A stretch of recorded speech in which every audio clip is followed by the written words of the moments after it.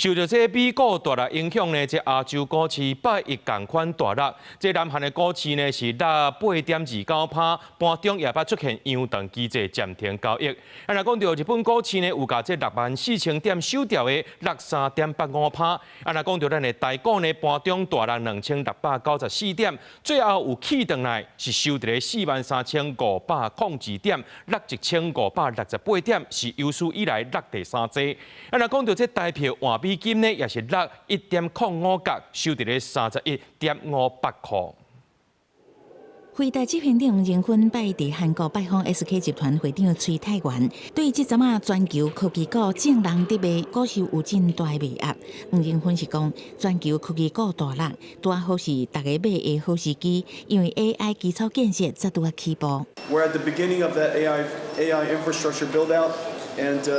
the future is quite bright. 車幣亞股也是無去繼續落，韓國早盤捌落甲陽燈暫停交易，收盤大落8.29%，日股收盤大落2563點，好啊在64000點收條，台股上演43000點月線保衛戰，中場以43502點收盤，落1568點，其他一天5點一條無去，來到141.9條。市場呢之前呢也有一點過熱的一個跡象，所以說適度的一個就是籌碼沉澱，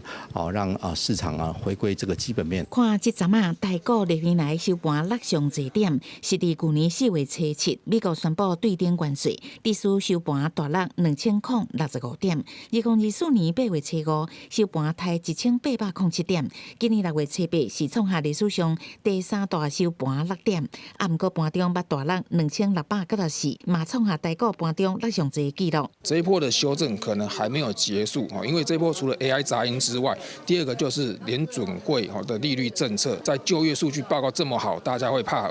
華許的利率政策是不是變成升息了？不過專家分析，6月股市要擱注意幾項觀察指標，包括11歐洲央行貨幣決策，也擱有12 SpaceX IPO 掛牌上市，迄天還擱有世界卡球比賽開始比，所來日本、美國甲台灣攏要公布上新的利率決策。